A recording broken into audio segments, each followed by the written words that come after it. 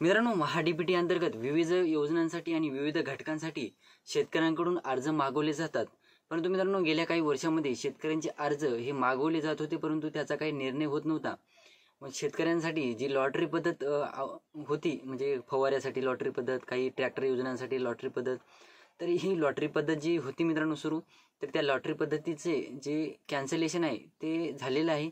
ती लॉटरी पद्धत आता इथून पुढे लॉटरी पद्धत म्हणलं तरी चालेल, आणि जे आपण सोडत पद्धत म्हणतो, तर ती सोडत पद्धत आता इथून पुढे बंद करण्यात आलेली आहे. मग शेतकऱ्यांचे मला बरेच प्रश्न आले आणि बरेच कॉल आले की बाबा आता सोडत पद्धत लॉटरी पद्धत बंद झाली, मग आमचे जे मागच्या वेळेस किंवा मागच्या वर्षी आम्ही अर्ज केलेले होते, मग ते आम्हाला अर्ज आता परत एकदा नव्याने भरावे लागतील का, किंवा ते अर्ज डिलीट करून परत एकदा त्यासाठी नवीन अर्ज करावे लागतील का, असे बरेच प्रश्न शेतकऱ्यांच्या मनामध्ये उद्भवले होते. तर मित्रांनो, आजच्या व्हिडिओमध्ये आपण त्याविषयीची सविस्तरपणे 2 ते 3 मिनिटात माहिती घेणार आहोत आणि क्लिअरन्स करणार आहोत. तत्पूर्वी जर चॅनलवर नवीन असाल तर चॅनलला सबस्क्राईब करा आणि समोरील जे बेल आयकन बटन आहे ते दाबायला विसरू नका. तर नमस्कार मित्रांनो, मी राजसूर्य, स्वागत आहे कृषीमॅन यूट्यूब चॅनलमध्ये.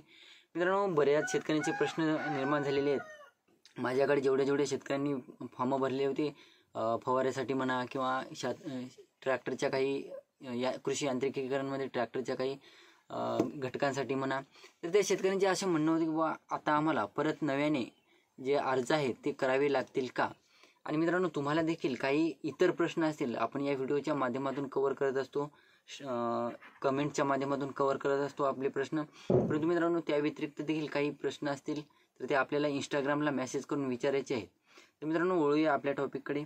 तर जवळपास बघायचं झालं मित्रांनो, ही लॉटरी पद्धत बंद केलेली असली तरी 44 लाख अर्ज किंवा 48 लाख, 44 ते 48च्या दरम्यान हे जे आकडा आहे, तर तेवढे अर्ज अद्यापही पेंडिंग आहेत. अद्यापही त्या अर्जांना कुठलीही सोडत निघाली नाही, लॉटरी पद्धत नाही, कुठलाही निर्णय घेण्यात आलेला नाही. तरी सुद्धा मित्रांनो, आता ही लॉटरी पद्धत बंद झालेली असली तरी जवळपास 44 ते 48 लाख अर्ज अद्यापही पडून आहेत. आणि कृषी विभागाच्या म्हणण्यानुसार आणि शेतकऱ्यांचे जे प्रश्न आहेत की बुवा आम्हाला आता हे अर्ज नव्याने भरावे लागतील का, परंतु कृषी विभागाने क्लिअर सांगितलेलं आहे, तुमचे जर अर्ज अगोदरच भरलेले असतील आणि तुमच्या अर्जाची कुठलीही परिस्थिती, मग ते अर्ज तुमचे जे 3-4 वर्षापूर्वीचे का असेना, तरीसुद्धा तुम्हाला काही टेन्शन घेण्याचं कारण नाही. तुम्ही ते अर्ज तसेच राहू द्या, आणि जेव्हा नवीन योजना सुरू होतील तेव्हा त्या अर्जाला अगोदर प्राधान्य देण्यात येईल आणि नवीन जे अर्ज सुरू होतील त्यांना नंतर प्राधान्य देण्यात येईल.